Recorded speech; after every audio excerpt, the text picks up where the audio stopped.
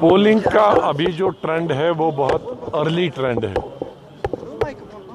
मेरे ख्याल में जो असली ट्रेंड पता चलेगा वो 6-7 बजे के बाद, क्योंकि नॉर्मली इलेक्शंस 8-9 बजे 10 बजे से पहले ख़त्म नहीं होते हैं पूरा रिजल्ट, लेकिन 6-7 बजे तक रियल ट्रेंड लगेगा। लेकिन एक चीज़ मैंने जो महसूस की इस पूरे 20-25 दिनों में, जिसको मैंने बड़ी शिद्दत से महसूस किया कि बीजेपी से तो ये तवक्को ही थी कि वो कभी माइनॉरिटीज की बात नहीं करते हैं पब्लिक मीटिंग, लेकिन कांग्रेस जिसको 137 साल से 38 साल से चैंपियन माना जाता था माइनॉरिटीज का, तो इस वक्त पूरी बहस महदूद रही कांग्रेस लीडरों की, बीजेपी के लीडरों की, बैकवर्ड के कितने चीफ मिनिस्टर हैं। किसी ने, बीजेपी से तो आका नहीं थे, कांग्रेस ने एक दफा भी किसी लीडर ने टॉप लीडर से नीचे कि माइनॉरिटीज के कितने चीफ मिनिस्टर या माइनॉरिटीज की क्या रिप्रेजेंटेशन है, वो सर्विस में कितने हैं, मिनिस्टर कितने हैं, एमपी कितने हैं, हाँ? ये नहीं। तो इस इलेक्शन का ये ट्रेंड निकला कि माइनॉरिटीज किसी के खाते नहीं। हालांकि उसके बावजूद भी कांग्रेस ने एक तरफा वोट दिया माइनॉरिटीज को, लेकिन बदकिस्मती है कि वो दूसरी पार्टियों की तरह से सेकुलर पार्टीज और कांग्रेस बिल खुसूस उनके एजेंडे से भी निकल गया। ये भाई से तशवीश भी है, फिक्र भी है। और ये आहिस्ता मैं पिछले कुछ सालों से ट्रेंड देख रहा हूँ। इंदिरा गांधी के वक़्त में जब वो जाती थी, मैं उनके साथ बहुत सफ़र किया, वो हर जगह कहते थे मुसलमान और शेड्यूल कास्ट बहुत गरीब। फिर आगे जब इंदिरा जी गई, वो मुसलमान माइनॉरिटीज़ में बदल गए। अब नई लीडरशिप जब से पिछले 8-10 साल से है, माइनॉरिटीज़ भी ख़त्म हो गया, अब हो गया बैकवर्ड और SC ST, माइनॉरिटीज़ गायब। मौजूदा हालात को आप किस तरह देख रहे हैं? नहीं, मौजूदा हालात जो इलेक्शन आएगा, हालात तो पार्लियामेंट इलेक्शन आएगा, 3-3.5 महीने तो पार्लियामेंट इलेक्शन को, जैसे मैंने कहा, नॉर्मली 15 और 18 मार्च के करीब नोटिफिकेशन होती है, और पार्लियामेंट का इलेक्शन 7-8 फेजेस में मई तक चलता है, लेकिन शुरुआत उसकी नोटिफिकेशन से ही होती। तो इसलिए पार्लियामेंट से पहले जो भी ट्रेंड हो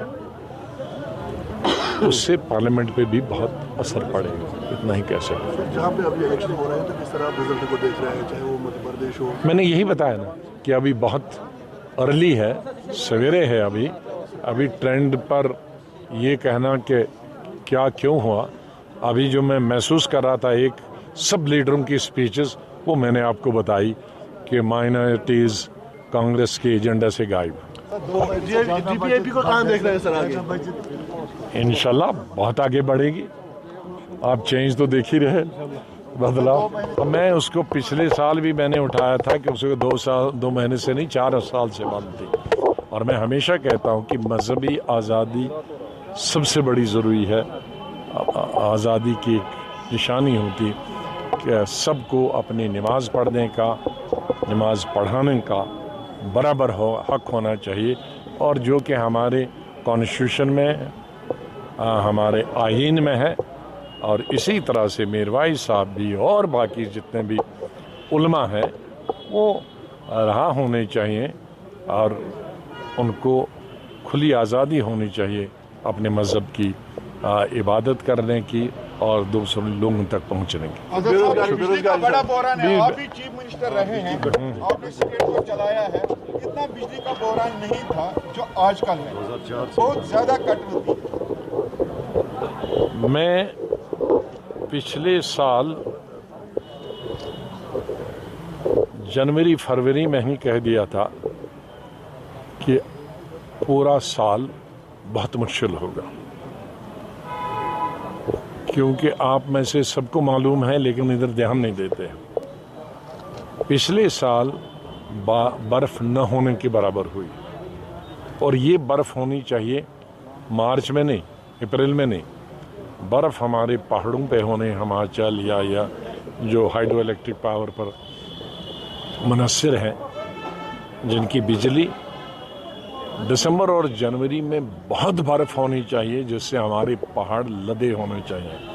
और दिसंबर जनवरी में होती है उसको फिर पत्थर बन जाता है और वो अगले साल मार्च अप्रैल तक चलता है। तो इस साल गर्मियों में भी जम्मू बहुत शिद्दत हुई क्योंकि पानी नहीं था, न होने के बराबर पानी था। तो वैसे भी सर्दियों में बर्फ जब जम जाती है तो फिर पानी कम होता है, बिजली कम होती, लेकिन इस दफा बर्फ ही नहीं गिरी थी। तो दो नुकसान हुए। ये हमारे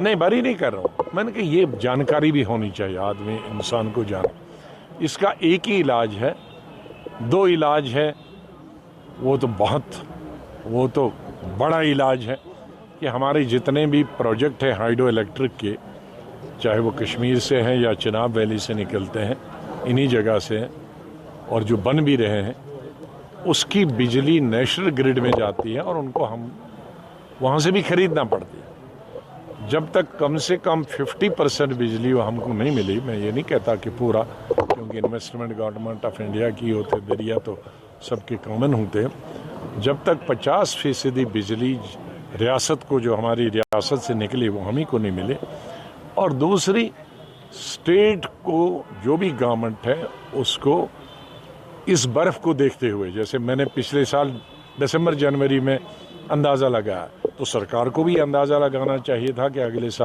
साल में एकदम इस विंटर में बिजली, तो उनको दुगनी बिजली खरीदनी चाहिए थी। तो वो ये प्रोविज़न रखने में नाकाम हुई है सरकार।